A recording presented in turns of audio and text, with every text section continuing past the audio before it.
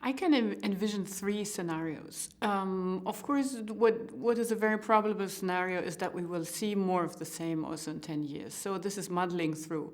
Europe in a crisis, the Mediterranean in a crisis, and in between us a sea which is unfortunately turned into a grave, and that might become even worse. Then there is, of course, always worse than bad. We could also move into a scenario of complete destruction and failure. Both a dissolution of the EU and then also, let's say, increasing processes of decay and state failure and war on the Mediterranean coast, something we do not hope for, but it could happen. And my, of course, most favorite scenario is a very positive one, saying that we move into more community, more integration, more interaction, and a tackling of those problems of both sides, on both sides of the shore, which we share and to which we can contribute and most hopefully work together.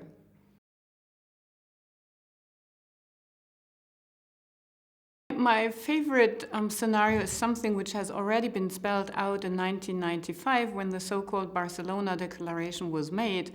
And it's simply stated something which I think if we could reach that, then already we would be happy and lucky, saying that why don't we turn the Mediterranean into a shared space of prosperity, freedom, welfare, exchange, partnership.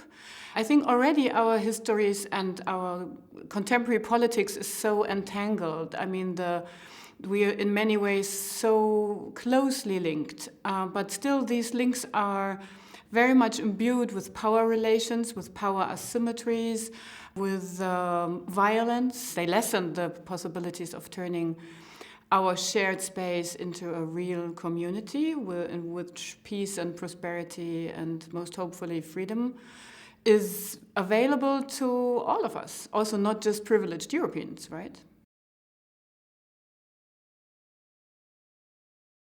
I think the tensions are already obvious and they will live with us.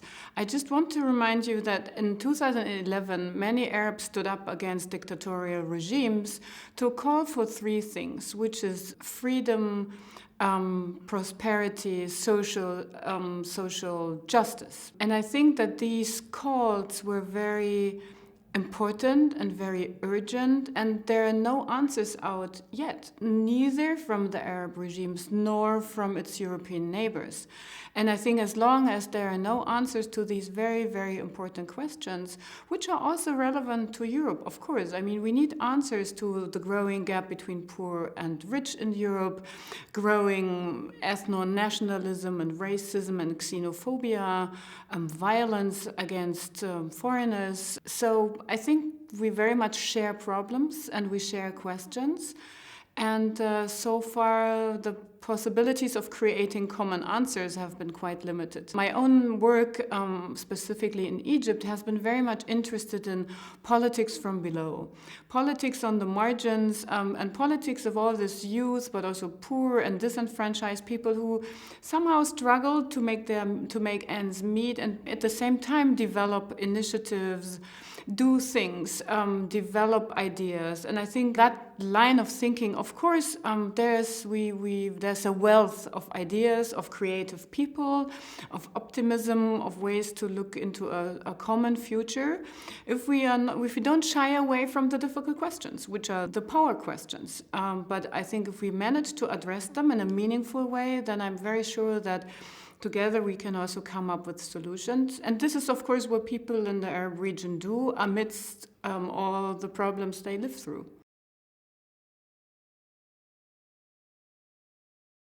My favorite scenario is something one could call a Euro-Mediterranean community, meaning that we move closer towards each other, that we tackle all the serious problems which are there, speaking about economic injustice, a growing gap between rich and poor, militarization of politics, seeing the Mediterranean unfortunately being turned into a mass grave. that we have found ways to tackle all this and come live together and come closer to a world in which we share space peacefully and create politics together peacefully and look forward-looking.